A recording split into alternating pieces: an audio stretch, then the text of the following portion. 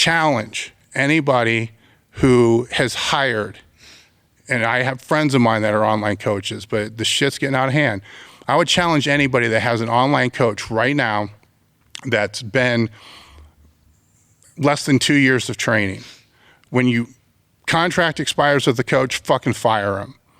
And then go buy 531 or buy the fifth set or buy starting strength or buy, any reputable training program. And then follow that for the rest of the year. And then DM me and tell me which one you made better progress on. I'm going to guarantee it's going to it's probably going to. I think this is the one that people have been waiting for, but online coaches who are charging $500 to $600 a month for just programming with no video feedback. Shitty online coaches. Anything there? Yeah. Oh, man. There's a lot to talk about on this one.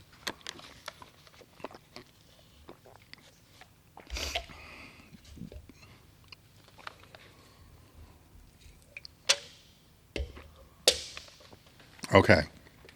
Where to start?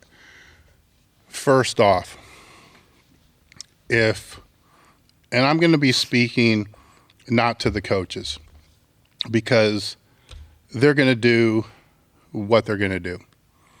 Bottom line, there are coaches out there, and this is speaking to the people who hire coaches, because I think that's where the education needs to happen. I can sit and make fun of and rant at every online coach that sucks. I can say the same thing about coaches who work in gyms that suck, trainers who work in gyms that suck, strength coaches that I think suck. I mean, I can go on for an hour about this, because it's the truth. There's a lot of coaches that just flat out fucking suck. And I don't understand how it can be so bad. I really can't. When fuck, I'm going to go off track here. I'll go off my rails for a minute. Just let's take an average athlete. Let's just stay out of powerlifting for a minute. Let's just take an average high school athlete. You know how much experience they have in a weight room by the time they get there?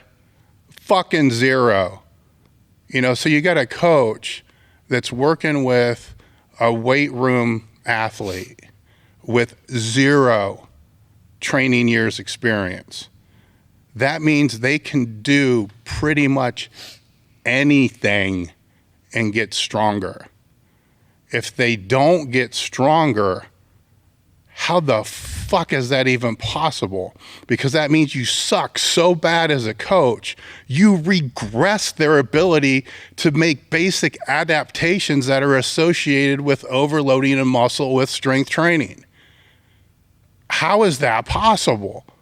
But it happens. And at the same time, you get a lot of these athletes, because weight training is not their priority. Their sport is the priority. Weight training is just that shit they have to do because the coaches says so. Well, then you move up a level and you get them to the collegiate level. All right. So now at best, you have an athlete at best who has 4 years, maybe 3 or 4 years of crappy to moderate. Wait, 0? Say they didn't do anything. They didn't even have a strength coach. Nothing in high school. So they had 0. So they have 0 training years experience, or they have crappy training experience, which means they're starting, 2 steps back, or they have moderate training experience, which means they're starting, at a normal level that probably most guys that would go to the gym and train by themselves, because that's what they really want to do, would be at after like a year and a half or 2 years. And then in the very, very rare case, you're going to get those that have 4 years of really good, solid strength training experience. I mean, they're strong. They know the movements. They're fairly coachable. So, but the majority of them going into college athletics are still beginners in the weight room. but yet they're being put on these super highly specific, specialized fucking training, periodized training programs, you know, that they really aren't, they don't have the training experience for. It's like, well, yeah, this is a Russian program. You realize that fucking Russian kids, before they even did that program that you're talking about, were training for 12 years before even doing this, and your kid can't do a fucking push-up or a pull-up, let alone a reverse lunge or a forward lunge. And that's a lot. That's a lot of strength coaches.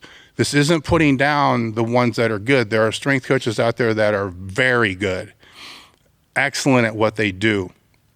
But that's a whole industry that's kind of whacked in itself, because you can have the ones that are excellent at what they do, but then they don't have the right network and they're stuck in a shit job where they're never going to make any money and they're never going to move up. You have the ones that are really good at what they do, but they know the right people and they end up working, you know, at the biggest name schools, but still have no fucking clue what they're doing. Hopefully somewhere along the line, they get exposed to people that know what they're doing or end up losing their job, you know, from that standpoint. But the main goal with them is to not get the athletes hurt. So if they don't get the athletes hurt, they're kind of free and clear. So their job isn't numbers. So there's not a lot of exposure on how bad that they really are when it comes to the strength and conditioning world, because they don't have to validate shit, you know, except for the occasional rah-rah pep up Instagram 1 minute video that comes out, you know, twice a year, you know, when they're in heavy training mode. And those aren't even real either, you know. So I get sent those all the time. Look at this, look at this, look at this. It's like, you understand this is being put together by a media person that's filming multiple workouts. It's just trying to get the best clip that they actually can. This isn't actually their fucking training program. You know, this is, so I will put out there that when you see videos, and every college does, and when you see the hype videos about the training, you got to understand that's not how they actually train. That's just for recruiting. That's just for the fans, and that is what it is. So don't use that to judge the coach, because I know many coaches that I've seen videos of that I almost wanted to puke because it was so bad, and they're way better coaches than that when I would visit them or go to see them. Now, with that in mind, I'm going to segue, because what this leads to is these guys all know basic training, all right? If they're working in a school, they have their CSCS. Most of them have a degree in the field. Most of them have an education. They've been around the weight room. They know what they're doing. And I'm sitting here saying that they all suck, and they're working with these athletes in person. So they get to see what these kids look like when they walk in the door. They get to use nonverbal feedback to be able to determine, is this kid ready? Is he not ready? Can he go today? Can he not go today? You know, he knows what the kid's lifestyle is like. He knows what they're eating. You know, he knows almost everything there is to know. I mean, the higher the school, the more popular the school, the higher ranked the school, the more the coach, I mean, the coach knows an immense amount. How they, in many schools, they know how many steps this kid took the day beforehand. You know, with some of they may know if they got laid the night before just based upon a heart rate monitor. So they know everything there is to know, and they have all these feedback devices to be able to auto-regulate to help with their training program, to be able to keep these kids from getting injured and to move forward and to get stronger. These are all valuable tools. These are tools that people that have been in the trade working with powerlifters in small gyms, you know, across the country, around the world for 10, 20 years. We learn just by watching how people walk through the door, how they walk around the weight room, how they carry themselves, how their facial expressions, what their warm-ups look like, how they put their shoes on, you know, what their demeanor is. All this stuff plays into, you know, everything that's going to happen within that training program, even if it's already written out beforehand. If it's written out beforehand, and I have a few that I'll write programs for, there's probably 4 or 5 changes that are going to happen before the end of the day just based upon what I see. And that's not me following them around with the clipboard paying attention. That's just looking up in basic observation or having somebody, hey, say this, or they'll ask a certain question and so forth. All of that is vital because nonverbal communication makes up the majority of communication.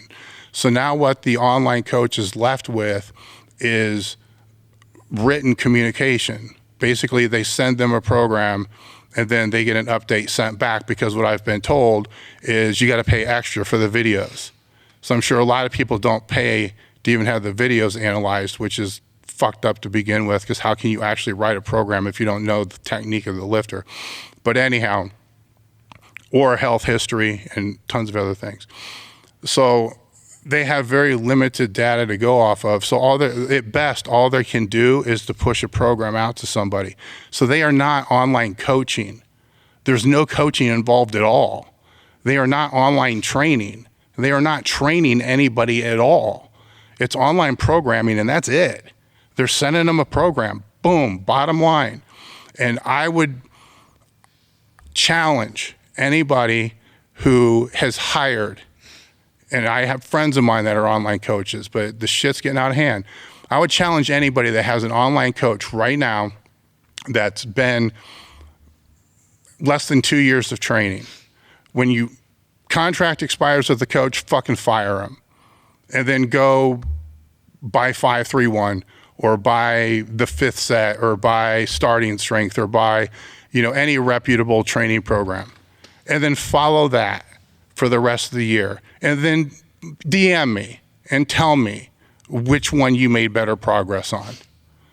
I'm going to guarantee it's probably going to be the same, maybe better.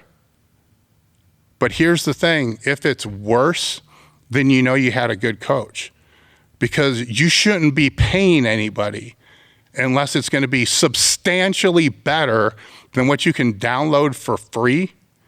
Why would you be paying somebody $600 a month to make less progress than you could make on your own if you went to a gym, and followed a proven system that they're probably, half these coaches, if not more, are probably taking that exact same program and re-engineering it and just sending it to you anyhow.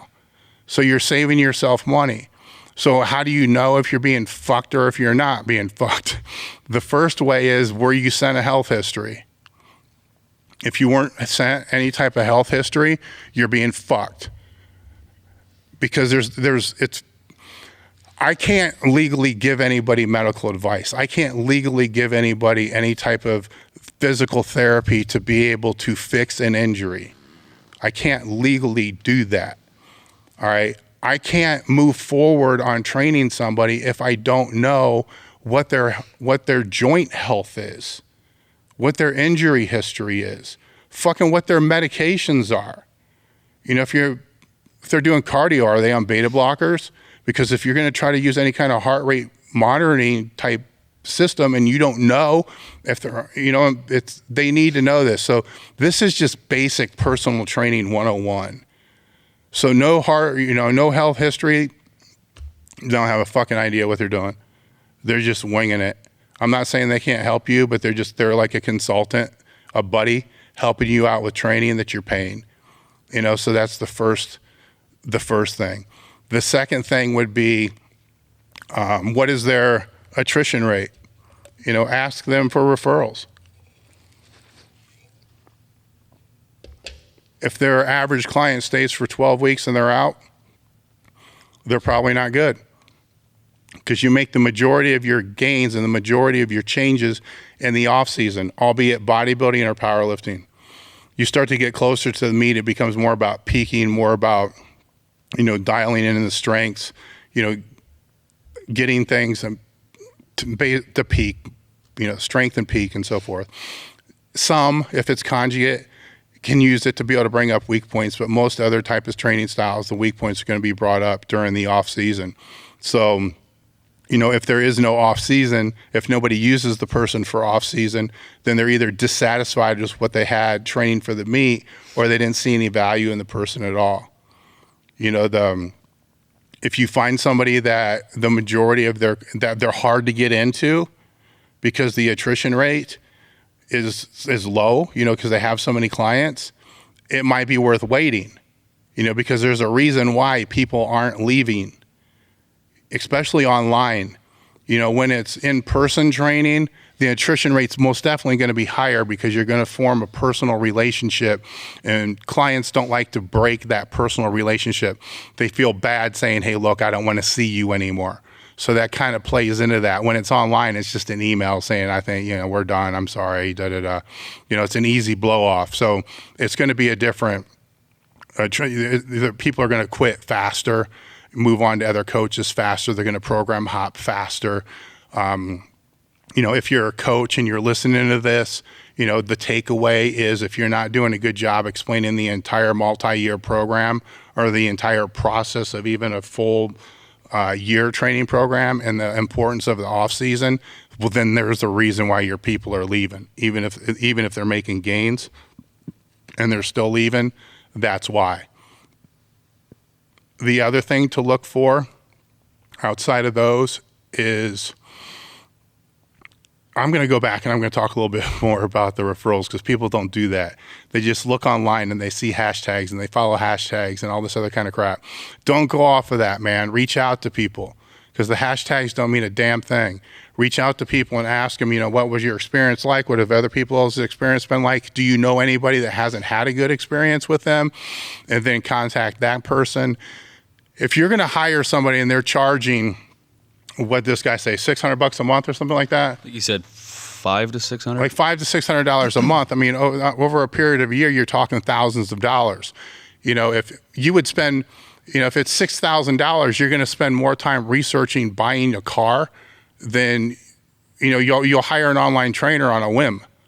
But if you look at the long-term investment or the cost of what this is going to be over the long term, if things work out, it's going to be the same as if you were paying, a car payment, which I'm sure you would do more research on than, hey, cool, hashtag, this person looks legit, I'm going to hire them. So you don't want to be that person as the client. I set up years ago a ranking list. It was things to look for in a coach to see how good of a coach they are. And on my Instagram, I moved it to the top of my bio. So I got a link tree in my bio. So there's a link there that if you click on it, it says how to rank your online coach. But essentially what I put on there, and I've made some modifications over the years, you want to look at their education. And I have this all ranked by a number system so you can be able to see, but I'm going to explain why each one of these are important. You want to look at their education. And the funny thing with this is a lot of these things I did ask in separate Instagram posts last year what people thought was important. And the odd thing is when I asked what level of education do you think is important for somebody to be a powerlifting coach, the majority of the answers were it didn't matter. So then I would reply back and say, so if they didn't have a high school degree, that doesn't matter. And in a lot of the cases, the answer was, yeah, it didn't matter. I strongly disagree. Because if it's a high school degree or a GED, it's going to show that they know how to finish something.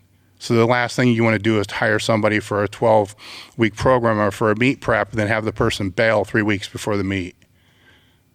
So it's a basic thing. It's just something. It's a tell. It's one tell. There's always going to be exceptions, and that would rank low. Now the highest would be, a degree in an exercise related field. It can go higher if you want to go into a PhD, master's.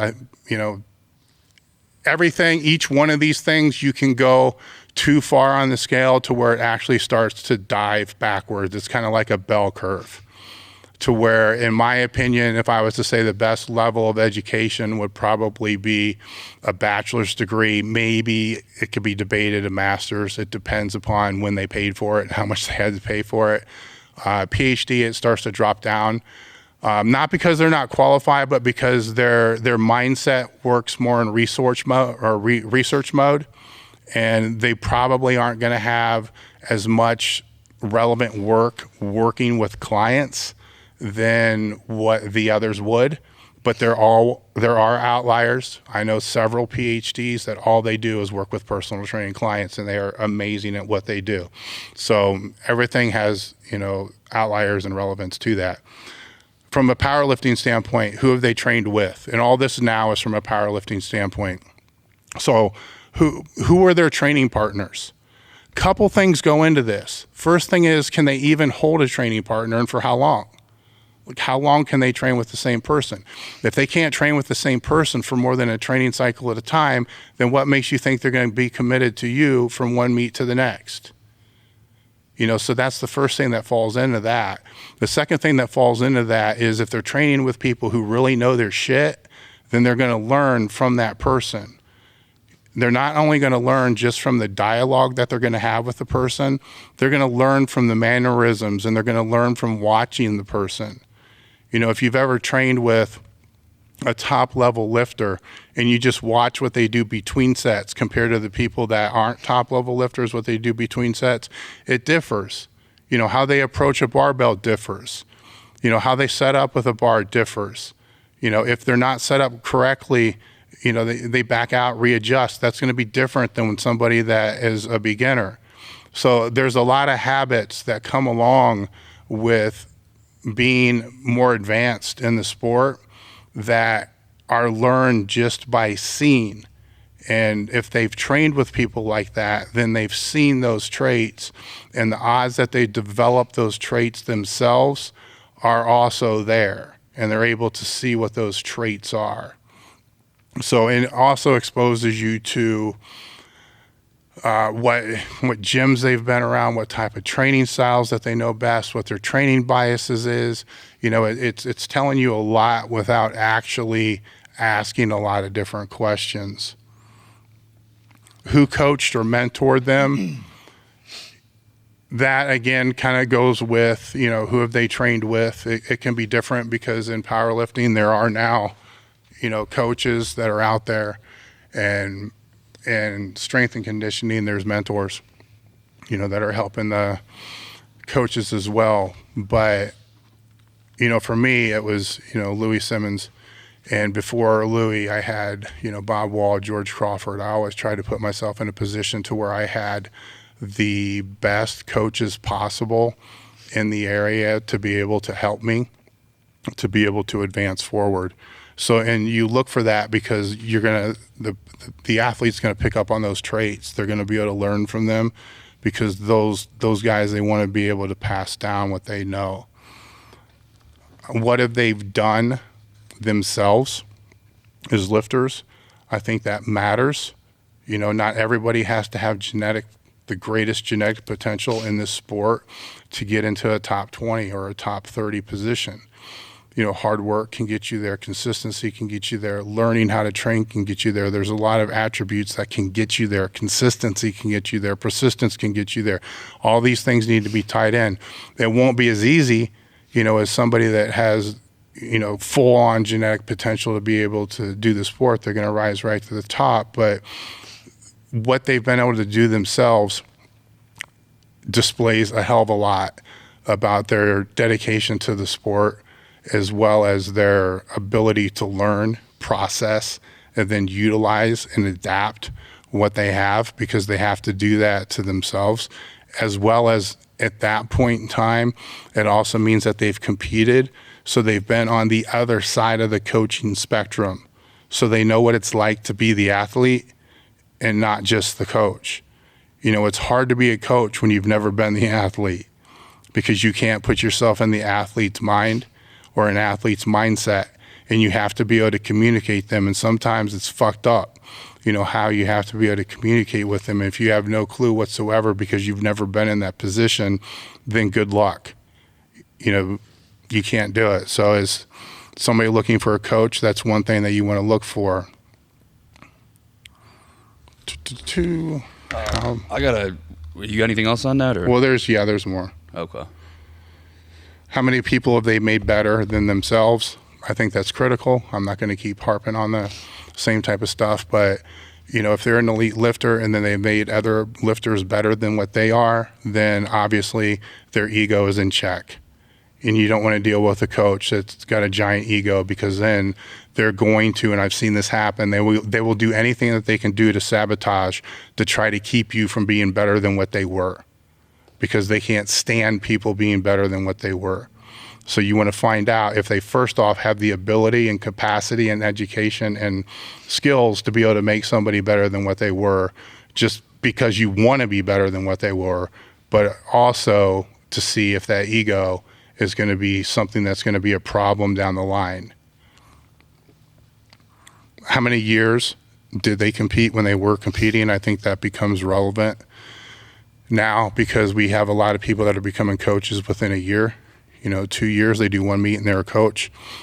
Typically, I wouldn't say this was a problem, because it wasn't a problem before, because this is a newer thing into where this is happening. So there has to be, enough time for the person to actually learn what the hell they're doing just themselves. If they don't even know what they're doing themselves, then they're going to have no clue how to help somebody else.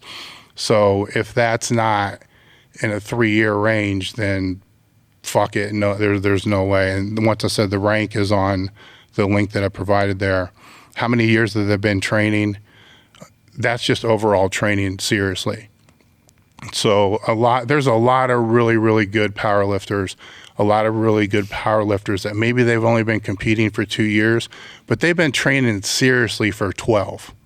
That has to be taken into consideration, because they just weren't willing to pull the trigger for whatever reason until later on. But that doesn't mean they weren't learning, because typically those that wait till later to pull the trigger are the ones that know a hell of a lot. How many? Here's a big one, and this is one that I have to give credit where credit's due. Oh my God, Mike, I'm sorry, dude. I did a podcast. He's going to kill me. Like who?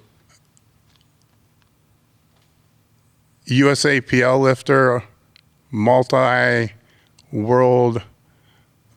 I believe he won the worlds multiple times. He's got a podcast. He trains a ton of online clients. He's a great fucking coach. Mike, no.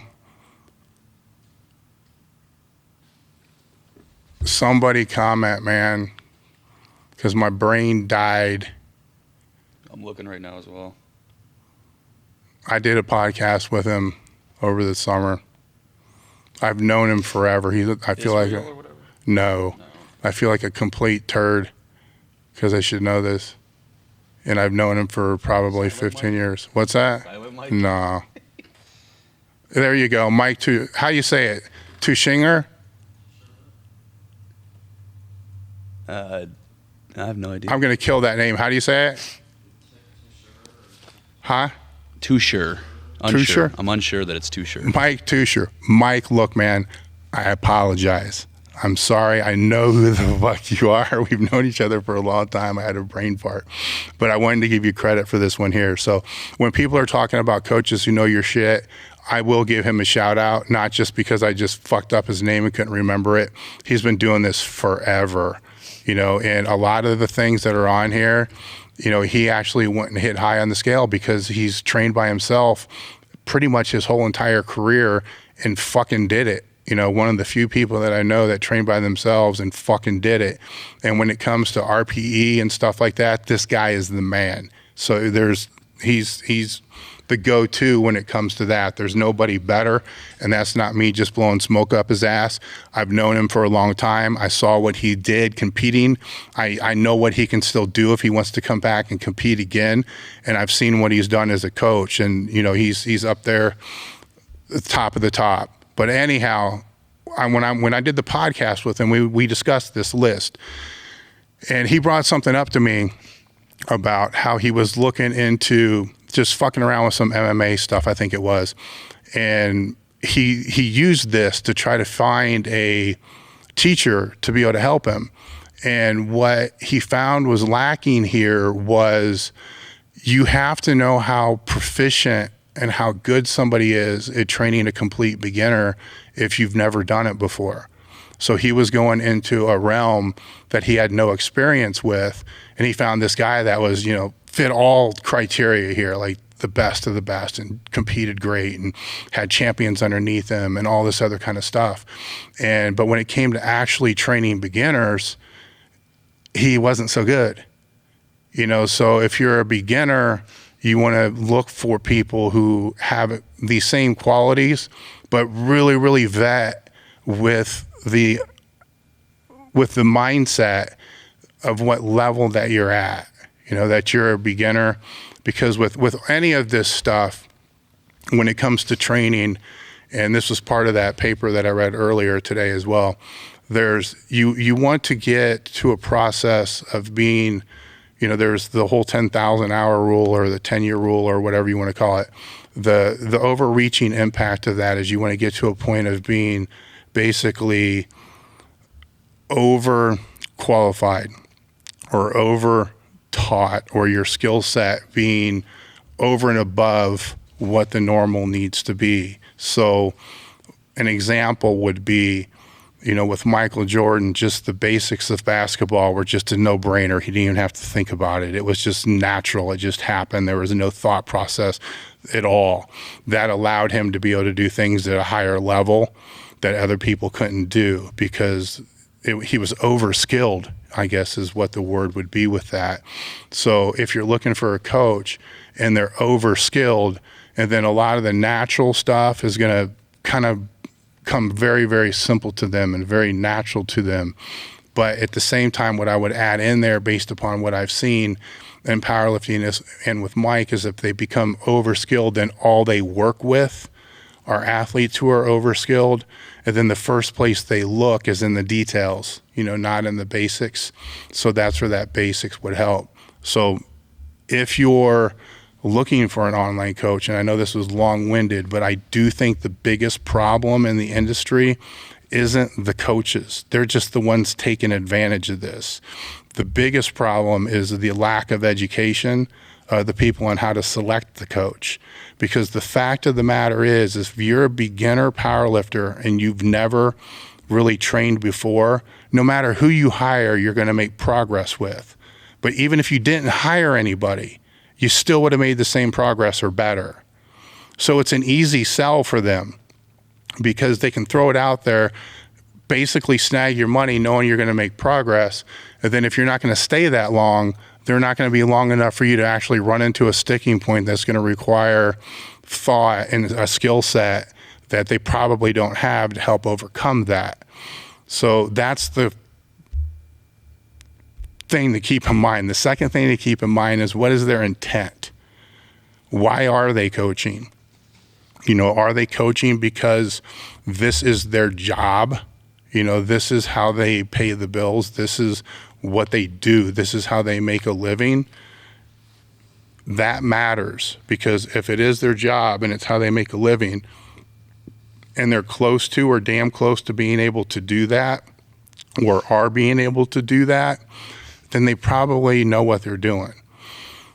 If all this is extra money for them to be able to buy fucking tests and pay for entry fees and, just spending money on the side, then basically all they're doing is ripping you off to make extra money to pay for their own competitive bills, which unfortunately when it comes to bodybuilding and powerlifting is probably the majority of the people.